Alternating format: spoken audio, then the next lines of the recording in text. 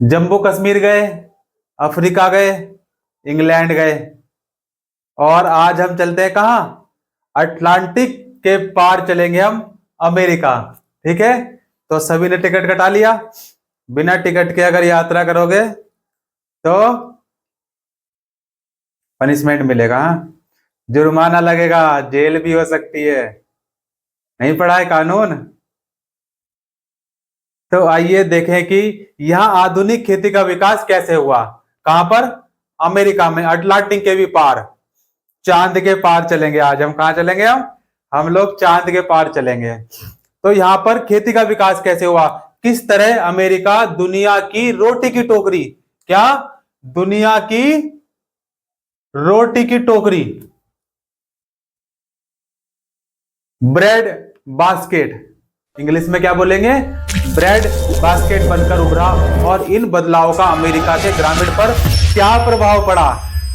तो जब 18वीं सदी के अंत में इंग्लैंड में साझा जमीन को बाड़ाबंद किया गया, साझा जमीन क्या थी? जिसपे सबका अधिकार था, उसको क्या किया गया? बाड़ाबंद किया जा रहा था। तो उस समय तक अमेरिका में बड़े पैमाने पर स्थायी खेती का विकास नहीं हुआ था। किसका? स्थायी खेती का विकास नहीं हुआ था। कौन सी खेती का विकास नहीं हुआ था? स्थायी खेती का विकास नहीं हुआ था। और यहां 80 करोड़ एकड़ भूमि पर जंगल थे और 60 करोड़ एकड़ भूमि पर सिर्फ घास उगती थी, घास ही घास। उस समय अमेरिका भूदृश्य का जोरदार हिस्सा श्वेत अमेरिकियों, सफेद गोरे एकदम दूध जैसे, हाँ, अमेरिकियों के नियंत्रण में नहीं था। 1780 के दशक तक श्वेत अमेरिकी बसावट पूर्वी तट की एक छोटी संकीर्ण पट्टी तक ही सीमित थी। अगर आप उस समय अमेरिका की सैर पर निकलते, किस समय? उस समय अमेरिका के अगर सैर पर निकलते तो सपने बहुत अच्छे आते हैं। आपको जगह जगह अमेरिका के मूल निवासियों के बड़े बड़े समूह मिलते। क्या मिलते? मूल निवासियों के, जो वहां के मूल निवासी हैं उनके बड़े बड़े समूह मिलते। इनमें से कुछ घुमंतु थे, जो वो मूल निवासी थे उनके बड़े बड़े समूह थे। उनमें से क्या थे? कुछ तो घुमंतु थे, घूम घूम के खेती करते थे। पढ़ते आए ना घुमंतु के बारे में, जम्मू कश्मीर में हमने पढ़ी, फिर उसके बाद अफ्रीका में भी पढ़ी, इंग्लैंड में आधुनिक खेती की शुरुआत कैसे हुई उसके बारे में पढ़ा। तो घुमंतु थे। और कुछ स्थायी रूप से रहने वाले थे, जो स्थायी रूप से वहीं रहते थे। बहुत सारे समूह सिर्फ शिकार करके, खाद्य पदार्थ बीनकर और मछलियां पकड़कर गुजारा करते थे, जबकि कुछ मक्खा, फलियों, तंबाकू और कुम्हड़े की खेती करते थे। अन्य समूह जंगली पशुओं को पकड़ने में माहिर थे, हंटर थे, शिकारी थे। क्या थे? शिकारी। और 16वीं सदी से ही वन विलाप का फर यूरोपीय व्यापारियों को बेचते रहे। फर समझते क्या होता है? फर नहीं समझते? मैं भी नहीं बताऊंगा, तुम हल्ला बहुत करते हो ना, इसलिए मैं नहीं बताऊंगा। 18वीं शताब्दी के हल्ला मत कर। 18वीं शताब्दी के प्रारंभिक वर्षों में देखो विभिन्न कबीलों की अवस्थिति को दर्शाया गया है। 20वीं सदी आते आते, जैसे ही हम 20वीं सदी में आए, 20वीं सदी आते आते ही यह भूदृश्य पूरी तरह बदल चुका था। श्वेत अमेरिकी पश्चिम की ओर फैल गए थे। जो गोरे थे वो किधर फैल गए थे? अमेरिका में पश्चिम की ओर।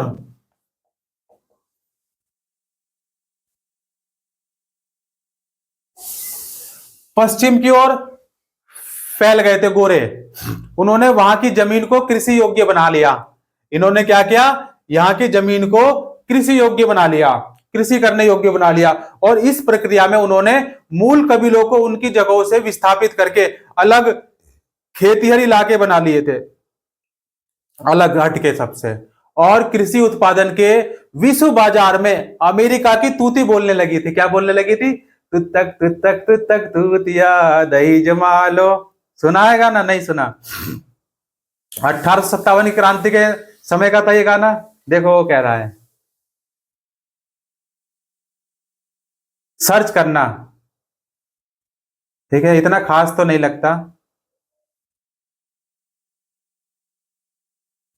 मूल कबीलों को देखो उनकी जगह विस्थापित कर खेती अलग इलाके बना लिए थे। और कृषि उत्पादन में विश्व बाजार में क्या था? अमेरिका की तूती बोलने लगी थी। यह परिवर्तन कैसे संभव हुआ? ये जो परिवर्तन आया कैसे संभव हुआ? तो अमेरिका में बसने वाले ये नए लोग कौन थे? जो नए लोग बसे कौन थे? खेती के इस प्रसार से अमेरिका के मूल निवासी यानी इंडियन मूल के कबीलाई समुदायों के लिए जीवन पर क्या प्रभाव पड़ा? पता है आपको क्या प्रभाव पड़ा? अभी मैं आपके एक थप्पड़ मार दूं तो क्या प्रभाव पड़ेगा उसका? हाँ, नहीं मारूं? देखो पश्चिम की ओर प्रसार और गेहूं की खेती कैसे हुई? जो ये पश्चिम में फैले थे इसमें खेती कैसे हुई? गेहूं की खेती, गेहूं उगाया ना इन्होंने। गेहूं की अभी देखना कितनी भद पिटने वाली है ना। तो अमेरिका में कृषि विस्तार का संबंध श्वेतों के पश्चिमी क्षेत्र में जाकर बसने से गहरे रूप से जुड़ा हुआ है। जो ये जाकर पश्चिमी क्षेत्र में फैल गए थे और ज्यादातर इलाकों इन्होंने क्या किया? खेती कृषि के लिए कन्वर्ट कर लिया। तो इन्हीं से गहरे रूप में जुड़ा हुआ है। 1775 से लेकर 1783 तक। कब? 1775 से लेकर 1775 से कब तक? 1783, 1783 तक अमेरिकी स्वतंत्रता संग्राम और संयुक्त राज्य अमेरिका के गठन के बाद श्वेत अमेरिकी, जो गोरे अमेरिका वाले थे, वो पश्चिमी इलाके की तरफ बढ़ने लगे थे। यहाँ पश्चिमी इलाके की तरफ बढ़ने लगे थे, जैसे हमने बात करी आपसे, ठीक है ना। देखो एक था टॉमस जेफरसन, क्या नाम था उसका? टॉमस, टॉमी नहीं वे, टॉमस जेफरसन। जेफरसन ये तेरा दोस्त था है? टॉमस जेफरसन ने क्या किया? देखो 1800 में अमेरिका का राष्ट्रपति बनने तक, अमेरिका का राष्ट्रपति बनने तक 7 लाख श्वेत दर्रों के रास्ते, किसके? दर्रा क्या होता है? दो उबड़ खाबड़ के पहाड़ियों के बीच का जो खुदरा उबड़ खाबड़ मार्ग होता है उसको क्या बोलते हैं? दर्रा बोलते हैं। तो दर्रों के रास्ते अल्पेशियन पठारी क्षेत्र में जाकर बस चुके थे। अल्पेशियन क्या थे? पठारी क्षेत्र में जाकर बस चुके थे और पूर्वी तट से देखने पर अमेरिका की संभावनाओं से भरा हुआ दिखता था। अमेरिका संभावनाओं से भरा हुआ दिखता था। वहां के बियाबानों को कृषि योग्य भूमि में बदला जा सकता था। जंगल में इमारती लकड़ी का निर्यात किया जा सकता था। इमारती लकड़ी का निर्यात किया जा सकता था और खाल के लिए पशुओं का शिकार किया जा सकता था। खाल प्राप्त करने के लिए क्या किया जाता? पशुओं का शिकार किया जा सकता था। क्लियर होगी बात? अगर बात करोगे ना तो मैं इससे आपका शिकार कर दूंगा ऐसे करके।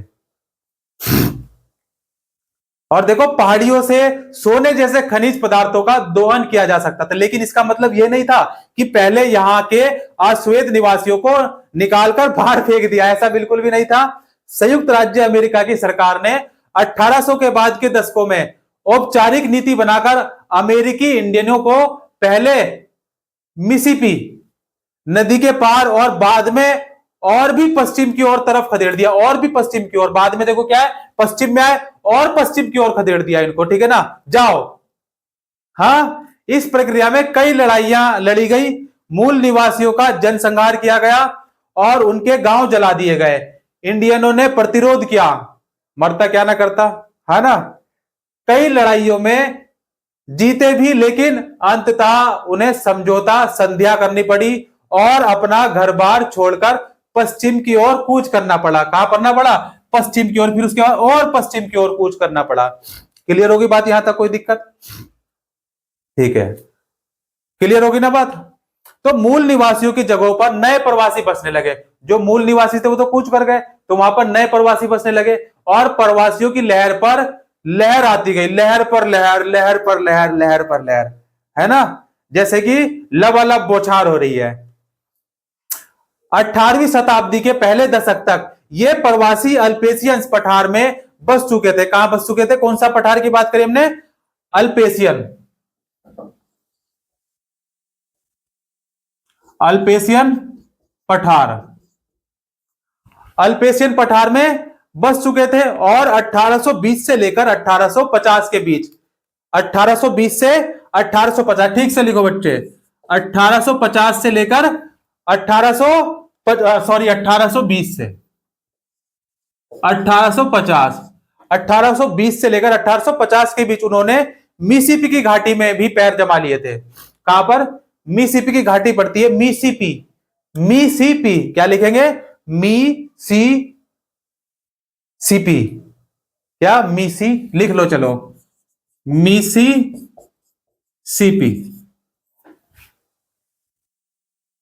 घाटी में भी अपने पैर जमा लिए थे। घाटी यही है। और उन्होंने जंगलों को काट कर, जलाकर, ठुड उखाड़ कर खेत और घर बना लिए।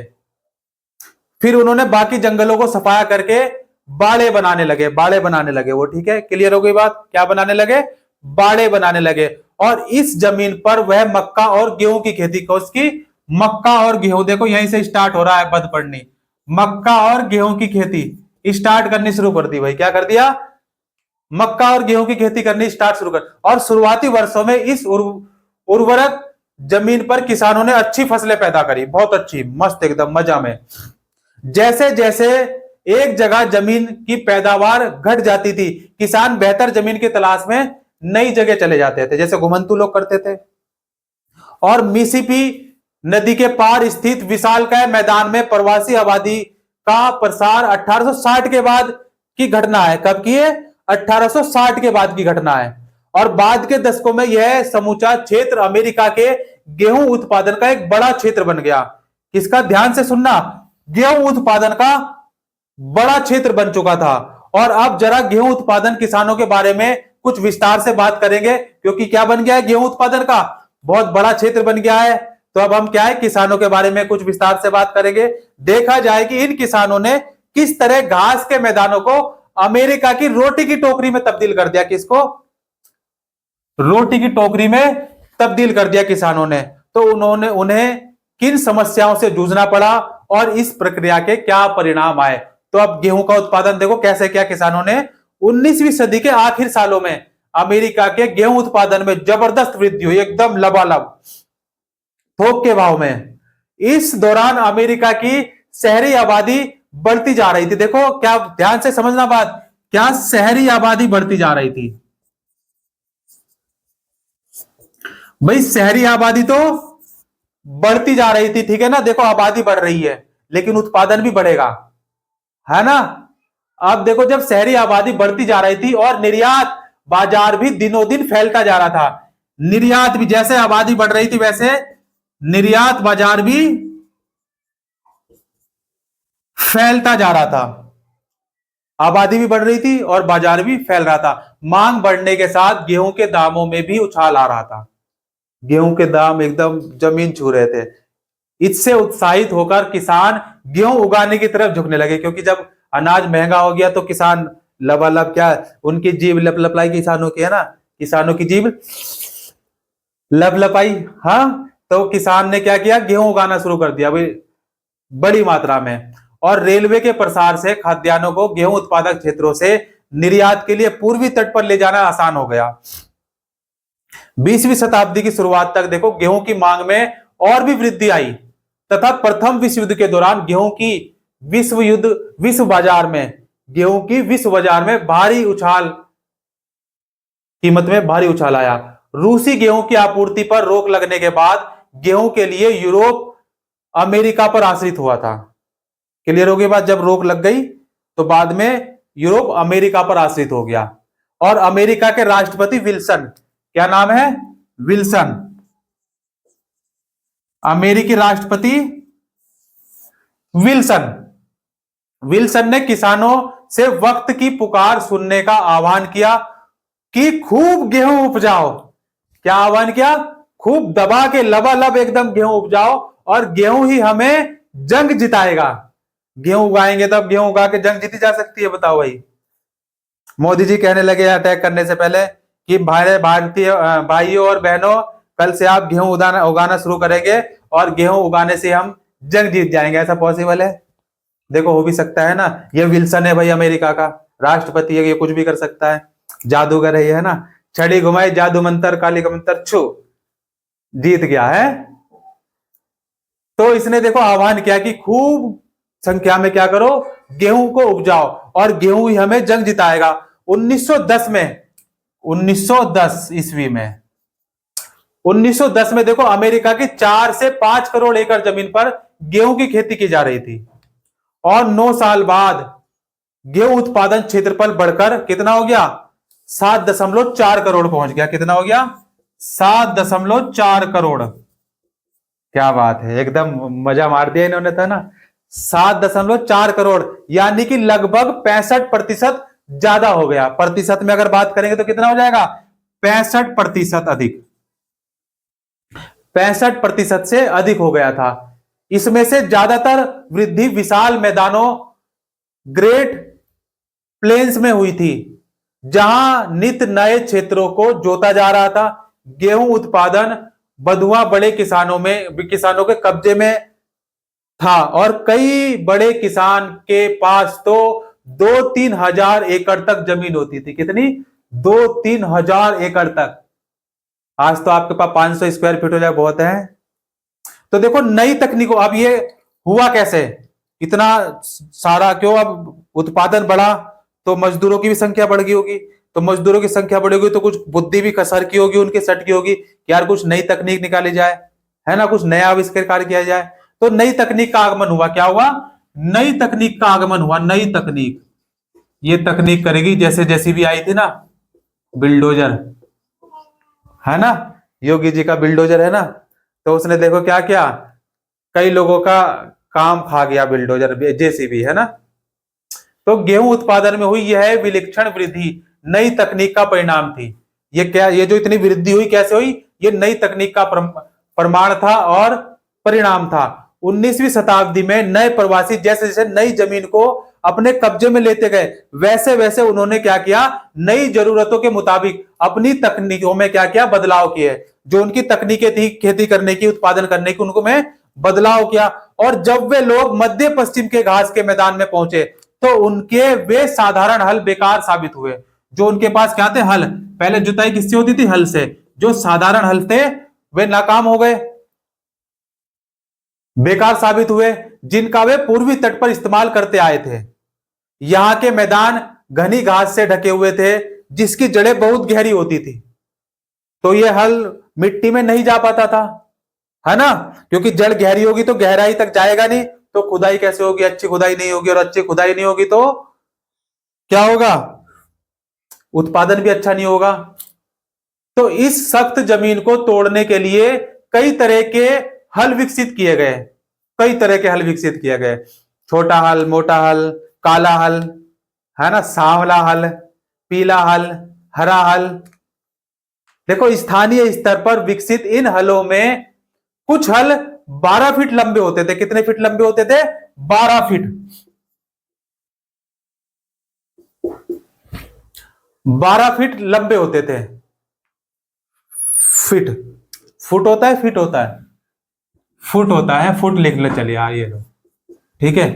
12 फुट लंबे होते थे, है ना। अमिताभ बच्चन से भी लंबे होगा, अभिनेता देखा है अमिताभ बच्चन, से भी लंबे हो 12 फुट, है। तो इन हलों को देखो घोड़ों से खींचा जाता था, और इनका जो अगला हिस्सा था छोटे पहियों पर टिका होता था। जो 12 फुट के हल थे ना, इनका अगला हिस्सा छोटे पहियों पर टिका होता था, और 6 बैल या घोड़े खींचते थे इनको, या तो 6 बैल लगा देंगे या घोड़े खींचेंगे। 20वीं शताब्दी की शुरुआत में विशाल मैदानी क्षेत्र के किसान इस सख्त जमीन को ट्रैक्टर और डिस्क हलों की मदद से, किसके, देखो ट्रैक्टर आ गया यहां पर, ट्रैक्टर, ट्रैक्टर भी आ चुका, और डिस्क हल, डिस्क ब्रेक वाले हैं, डिस्क हल, डिस्क ब्रेक लगा होता था इसमें। डिस्क हल की मदद से गेहूं की खेती करने के लिए तैयार करने में जुट गए, ठीक है। और फसल पकने के बाद उनकी कटाई का नंबर आता था। तो 1830 से पहले फसल की कटाई के लिए हंसिए का इस्तेमाल होता था। किसका, हंसिए का, किसका होता था, हंसिया। देखा है किसी ने, वो कह रहा है देखा है मैंने, देखा है तूने, कैसा होता है, गर्दन कट जाती है उससे। हाँ, देखो जब सिंधु घाटी सभ्यता, है ना, मोहनजोदड़ो, तो उसमें हंसिया भी मिला है। अगर आप ध्यान से इतिहास पढ़ेंगे तो आपको पता चलेगा, ठीक है। हंसिए का जो है क्या करते थे, इस्तेमाल करते थे काटने के लिए, और यह एक ऐसा काम था जिसे सैकड़ों स्त्री पुरुष एक साथ लगकर करते थे। अब गेहूं की कटाई करनी हो तो सैकड़ों स्त्री पुरुष चाहिए ना काटने के लिए, तो मैनुअली नहीं तो बहुत समय लग जाता था। और किसी समय बारिश पड़ गई तो पता लगा आधी फसल कट गई, तो वो सत्यानाश, भीग जाती थी फसल, तब भी नुकसान। लेकिन 1831 में साइरस, 1831 सायरन बच गया वही है, साइरस। 1831 में साइरस नाम के एक वैज्ञानिक कह सकते हैं इनको हम, ठीक है ना, मैकार्मिक, पूरा नाम क्या था इनका, साइरस मैकार्मिक ने क्या किया, एक ऐसे औजार का आविष्कार किया जो एक ही दिन में इतना काम कर देता था जितना कि 16 आदमी हंसी के साथ कर सकते थे। मतलब 16 के बराबर वो अकेला, 16 आदमी काम करेंगे वो अकेला कर देगा इतना काम। और इस तरह 20वीं शताब्दी के शुरू होते होते अमेरिका के ज्यादातर किसान फसल काटने के लिए कंबाइंड हार्वेस्टर का इस्तेमाल करने लगे थे। किसका? कंबाइंड हार्वेस्टर का इस्तेमाल करने लगे थे। और इन मशीनों की सहायता से 500 एकड़ के खेत की कटाई का काम सिर्फ 2 सप्ताह में ही निपट जाता था। मात्र 2 सप्ताह में ही निपट जाता था भाई, 2 सप्ताह में ही। विशाल मैदानों के अमीर किसानों के लिए यह मशीन बहुत महत्वपूर्ण बन गई। गेहूं के दाम आसमान छू रहे थे, उसकी मांग खत्म होने का नाम ही नहीं ले रही थी। इन मशीनों से जमीन के बड़े बड़े टुकड़ों पर फसल काटने, ठुड निकालने, घास काटने और जमीन को दोबारा खेती के लिए तैयार करने का काम बहुत आसान हो गया था। यह सारा काम मशीनें बहुत जल्दी कर डालती थी। इसके लिए मानव श्रम की भी बहुत कम आवश्यकता पड़ती थी। अब मानव श्रम क्या होगा, कम हो गया। और विद्युत से चलने वाली ये मशीनें इतनी उपयोगी थी कि उनकी सहायता से सिर्फ 4 व्यक्ति मिलकर एक मौसम में 2000 से 4000 एकड़ भूमि पर फसल पैदा कर सकते थे। अब देखो इससे क्या हुआ, इसके नुकसान क्या हुए, इसके नुकसान हुए देखो, गरीब भाई हर जगह पिसता है ना, गरीब हर जगह पिसता है, कोई दिक्कत इसमें नहीं ना। देखो जिंदगी का रास्ता बनाया नहीं मिलता, स्वयं बनाना पड़ता है। जो जैसा मार्ग बनाता है उसे वैसे ही मंजिल मिलती है। जिंदगी का रास्ता बना बनाया नहीं मिलता मेरे भाई, स्वयं बनाना पड़ता है। जो जैसा मार्ग बनाता है वो वैसी मंजिल तक पहुंच जाता है। क्लियर हो गई बात, कोई दिक्कत नहीं। चलो चले फिर गरीब जनता की ओर। देखो गरीब किसानों के लिए ये मशीनें बर्बादी बनकर आई। बहुत सारे किसानों ने इन मशीनों को इस उम्मीद के साथ खरीदा था कि गेहूं के दामों में पहले जैसी तेजी बनी रहेगी। इन किसानों को बैंक आसानी से ऋण दे देते थे, लेकिन ऋण को चुकाना मुश्किल काम होता था। ऋण अदा ना करने की स्थिति में बहुत सारे किसानों को अपनी जमीन से ही हाथ धोना पड़ता था, क्योंकि जमीन को गिरवी रखते थे बैंक, और नहीं देते तो जमीन हथिया लेते थे। और इनका मतलब होता था कि काम की नई सिरे से तलाश। लेकिन इस काल में रोजगार बहुत मुश्किल से ही मिल पाता था। बिजली चालित मशीनों के आगमन से मजदूरों की जरूरत काफी कम हो गई थी। इसके साथ ही 1920 के दशक में 19वीं शताब्दी के अंतिम वर्षों तक और 20वीं शताब्दी के आरंभिक वर्षों तक आर्थिक तेजी में क्या हुई, खत्म हो चली थी। वर्षों की आर्थिक तेजी खत्म हो चली थी। महायुद्ध के उपरांत उत्पादन की हालत यह हो गई थी कि बाजार में गेहूं से अटा पड़ा रहता था। जो पूरा बाजार तक गेहूं से अटा पड़ा था, लबालब एकदम पानी की तरह बह रहा है, जैसे गेहूं की बाढ़ आ गई हो। लेकिन खरीदार ढूंढे से ही मिलते थे, ढूंढ ढूंढ के लाना पड़ता था खरीदारों को। ज्यादातर किसानों के लिए यह संकट का समय था। गेहूं के भंडार बढ़ते जा रहे थे, गोदामों में खाद्यान्न भरा रहता था लबालब एकदम। और हालत यहां तक पहुंच गई थी कि गोदाम में रखे खाद्यान्न को पशुओं को खिलाया जा सकता था, खिलाया जा रहा था, जानवरों को खिलाया जा रहा था। गेहूं के दाम गिरने से आयात बाजार ढह गया था। और 1930 के दशक की जिस महामंदी का जिक्र किया जा सकता है, उसकी पृष्ठभूमि में यही परिस्थितियां काम कर रही थी। इस मंदी का असर हर जगह दिखाई पड़ता है। जैसे कि अब एआई आ गया है ना, एआई देखो, एआई सबको खा गया। और जुबली सुना है, एआई का नाम सुना है ना, आर्टिफिशियल इंटेलिजेंस। और जुबली आ गया, ये भी देखो काफी पहले जेसीबी आई तो मजदूर आधे सपाट हो गए, खत्म हो गए।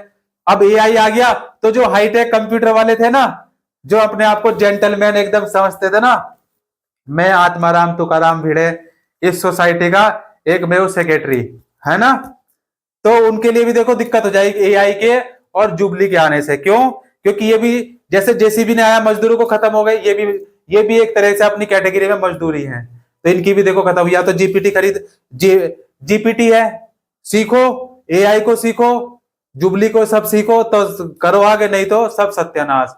रोटी की टोकरी से रेत के कटोरे तक कैसे पहुंचे देखो। विशाल मैदानों में गेहूं की सघन खेती से कई समस्याएं पैदा हुई। जो सघन खेती हो रही थी उससे कई समस्याएं पैदा हुई। क्या समस्याएं पैदा हुई देखो।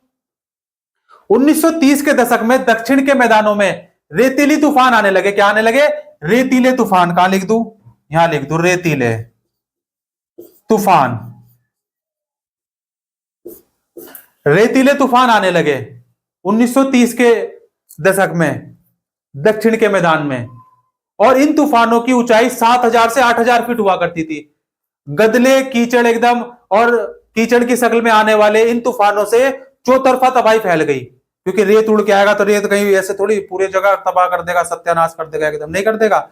1930 का पूरा दशक इन तूफानों से आक्रांत रहा, और इस पूरे काल में ऐसा कोई दिन, कोई वर्ष नहीं रहा जब इन रेतीले तूफानों ने तबाही ना मचाई हो। जैसे कोरोना ने तबाही मचाई ना, ऐसे इन जो है रेतीले तूफानों की तबाही थी। जैसे ही आसमान में अंधेरा छाने लगता था, रेत के ये तूफान शहरों और खेतों के चारों तरफ एकदम घनघोर बादल की तरह फैल जाते थे। जैसे काली घटा का घमंड घटा, है ना। तूफानों के कारण सब कुछ अंधकारमय हो जाता था। फेफड़ों में धूल और कीचड़ भरने से पशुओं की संख्या देखो कम होने लगी, क्योंकि मरने लगे। और रेतीले तूफानों से खेत पट जाते थे और उनकी मेड़ रेत में गुम कहां हो जाती थी, पता नहीं चलता था कहां धंस गई। ठीक, पता लगा सुबह रात को यहां देखी थी, सुबह रात को तूफान है, सुबह का पता ही नहीं। यह रेत नदी की सतह पर इस कदर जम जाती थी कि मछलियां सांस नहीं ले पाती थी। मैदानों में हर तरफ चिड़ियों और पशुओं की हड्डियां बिखरी दिखाई देती थी, क्योंकि मर रहे थे सब। और 1920 के दशक में गेहूं के उत्पादन की क्रांति लाने वाले ट्रैक्टर और मशीनें अब रेत के ढेरों में फंसकर बेकार हो गई। और ये मशीनें इस हद तक खराब हो चुकी थी कि उनकी मरम्मत भी नहीं की जा सकती थी। भाई हर चीज की एक्सपायरी डेट होती है, चाइनीज माल ज्यादा टिकता नहीं है ना। इस तबाही के कारण क्या क्या था देखो। इस तबाही का कारण रेतीले तूफान क्यों पैदा हुए थे। तूफानों का एक कारण तो 1930 के दशक का था, तापमान बढ़ता चला गया। तापमान में क्या हुई? बढ़ोतरी हुई, तापमान में बढ़ोतरी हुई। लेकिन रेत के ये सामान्य तूफान काले भयावह तूफान का रूप इसलिए ले सके क्योंकि जमीन के एक विशाल हिस्से पर लगातार खेती करने के कारण जमीन की ऊपरी परत काफी हद तक टूट चुकी थी। क्लियर हो? समझ पा रहे? जमीन की ऊपरी परत काफी हद तक टूट चुकी थी और उस पर घास का नामो निशान नहीं था। 19वीं सदी के आरंभिक वर्षों में गेहूं पैदा करने वाले किसानों ने जमीन के हर संभव हिस्से पर घास साफ कर डाली थी। ये किसान ट्रैक्टरों की सहायता से इस जमीन को गेहूं की खेती के लिए तैयार कर रहे थे। बस गेहूं गेहूं दिख रहा था, रात में भी गेहूं, दिन में भी गेहूं, तो गेहूं नहीं कर दिया, सत्यानाश। ये सारा क्षेत्र रेत में एक विशालकाय कटोरे में बदल गया भीख मांगने के लिए। अल्लाह के नाम पे दे दे रे बाबा। यानी खुशहाली का सपना एक डरावनी हकीकत बन गया था और प्रवासियों को लगता था कि वे सारी जमीन को अपने कब्जे में लेकर उसे गेहूं की लहलहाती फसल में बदल डालेंगे और करोड़ों में खेलेंगे। लेकिन लालच बुरी बलाय है।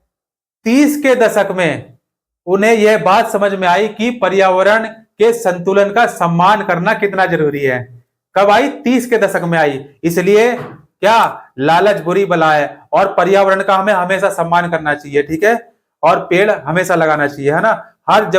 आज हम क्या लेते हैं? शपथ लेते हैं कि अपने जन्म दिवस पर क्या करेंगे?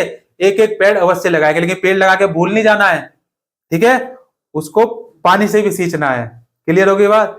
जय हिंद, जय भारत, हर हर महादेव, जय श्री राम।